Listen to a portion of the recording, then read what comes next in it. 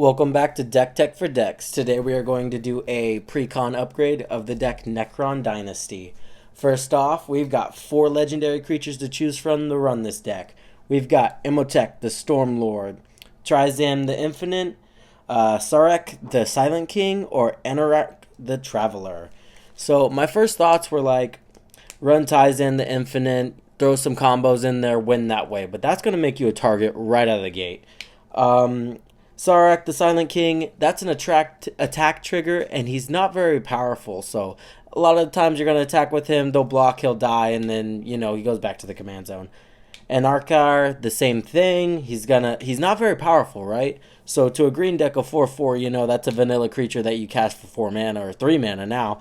So these cards aren't that powerful, so I left with running Imhotep, the Stormlord. This card is a lot more powerful than people think. And once you look at the rest of the deck, you're going to notice like, oh my gosh, that's all this deck does. We're going to create a huge army with this guy.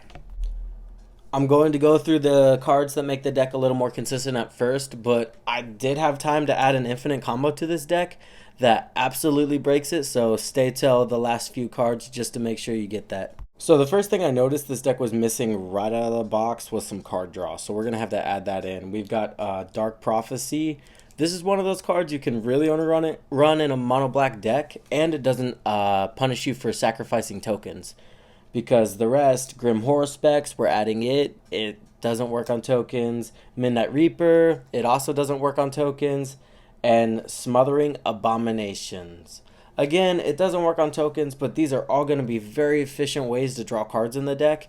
And like I said, all we're going to be doing is casting our artifact creatures and sending them back to the graveyard so they can come back.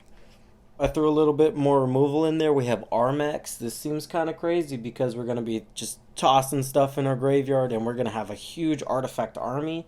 So this guy on attack is just going to be able to kill a creature. And then Noxious Gearhulk. Not only do we have a way to infinitely bring creatures back from the graveyard, but this guy's going to kill a creature every time he does that. So that's going to be pretty cool. I threw Auric Lore Mage into the deck because that's just going to let us tutor for any card in our deck and put it into a graveyard. Notably, that can be instant, sorcery, artifact. This guy doesn't care. He'll throw anything in the graveyard, and it's a tap ability. So not only can you do it the first turn, you can do it the next turn after that. And people really don't use removal on creature tutors. I don't know why, but I've done it before with Fauna Shaman. They let it sit on the battlefield. They let me tutor 2 or 3 cards, and then they're like, oh my gosh, that's a problem.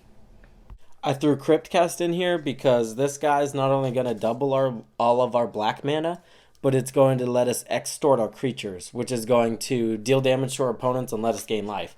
That doesn't sound crazy, but listen, every time you extort, they all lose 1, but you'll gain 3. So that's just putting you far away from their life total and just buffing yours up. So anytime we can do that, that's pretty beneficial over the course of a game. Yes, we threw Buried Alive in here because we're going to be chucking shit in the graveyard and bringing it back. So anytime you can tutor for 3 creature cards and throw them into your graveyard, that can actually be game winning. And then Altar of Dementia, again, we're just chucking shit in our graveyard. It is an artifact, so that kind of fits in the theme also. And this card's just going to do work. Agent of the Iron Throne. This is going to let us in the game, honestly. We're going to be creating a lot of artifacts. We're going to be sacrificing a lot of creatures. So at the end of the day, if everybody's taking 1 life for that, it will end the game. Alright, let's get into that infinite combo you guys were waiting for. I'm sure we all know the Nim Death Mantle, Ashnod's Altar, Grave Titan combo, right? You just keep bringing Grave Titan back, you sack the zombies, you bring Grave Titan back, gives you infinite mana, right? Well, now, Imhotep, the Stormlord, will be our stand-in for the Grave Titan, and then you just take any artifact creature with an ETB and start sacking him to Ashnod's Altar along with the other 2 copies, and you'll be netting 2 colorless mana. This will create infinite mana and also infinite death triggers, infinite ETBs for that one creature. Maybe you want a Locust Heavy Destroyer, and just kill everybody's creatures or non-land permanents. You got Noxious Gearhulk, like I said, kill all their stuff. At the end of the day, it really doesn't matter what the ETB is because we're going to be winning with effects like Psychomancer or Agent of the Iron Throne, Necron Overlord. These are all very good cards that can win us the game in a position where we can create infinite triggers. Our last two decks are also an infinite combo, but also they're just really good in the deck. We've got Scrap Trawler and Mile Retriever. If you don't know how this works, you get Ashnod's Altar on the field. You sack one, one of them brings the other one back, and then, that just, it circles, and you keep stacking everything. And while you're doing this, Immoket is giving you the tokens. So again, infinite tokens, infinite die triggers, infinite cast triggers also. So it's a really good combo, but also both of these cards are just really good in the deck. And that's what I look for when I'm putting these infinite combos in decks. It's like, do the cards work if you never draw the other half, right? So if there's a combo in a deck and half of it's useless in the deck without the other one, I'm not going to throw it in there. These cards can be used without ever drawing the other half of the combo, and that's why I love them. That's going to do it for everything that is going to make the deck more consistent and my upgrades in general. I hope you guys enjoyed it. Stay tuned for the cuts, and we're going to get rid of some of these cards that aren't so impactful. First up on the chopping block, we have Sicko Immortal. This guy's going to enter the battlefield after the board gets wiped or you sacrifice a lot of tokens and be super big. But I've noticed big beaters don't really matter. It doesn't have trample. Maybe you give it menace later, but at the end of the day, it's a big beater, easy to cut. Canoptic Scarab Swarm. The best use for this card is probably on yourself. You mill your own you mill your own graveyard. You create a lot of tokens. But at the end of the day, that's our best resource. So I didn't really want to go that route. And there's better mill cards in the game besides this, so I went ahead and cut it. Plasmancer. What if I told you could spend 4 mana to get a swamp into your hand, not even onto the battlefield? Yeah, no thank you, me neither. Scorpect Destroyer. This card looks amazing, which makes me even sadder that it's on this list. It gets first strike, and it has death touch if you have a artifact enter the battlefield. But at the end of the day, I'm just not going to block it. I'm going to take the 4 damage, and then next turn it's not going to have first strike, or maybe it does, but I don't see this card being super impactful.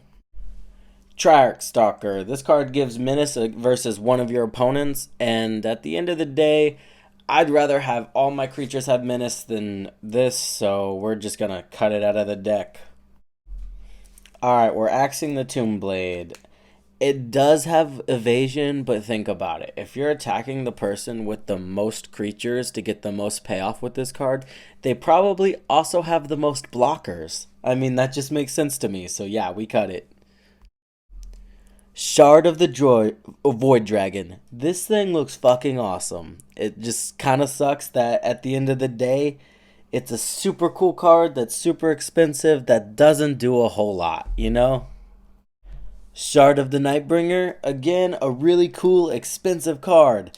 And it's not an artifact. It doesn't do something super crazy. And it just kind of looks cool, Their number is Legion. Now, this is one of those perfect cards that you would play when you're kind of, behind. But in the scenario where you have enough mana to benefit from this, you wouldn't be behind, right? So that's why I cut it. Mind Stone, Thought Vessel, Hedron Archive, Unstable Obelisk, Commander Sphere. These all got cut just because they're not really useful anymore, They used to be really good mana artifacts, but now if it's not 2 mana ramp, you gotta get out of here. Alright, for our last cut, we're getting rid of Night Scythe. It's a really cool looking card, but at the end of the day, it just enters the battlefield. It gives you a token, which we're going to be creating a ton of those tokens anyway, so it doesn't really matter. And then that's all, guys. So thank you for watching this far. If you made it this far, please leave a like and consider subscribing. Let me know what you thought about the cuts and the ads in the comment section. Thank you.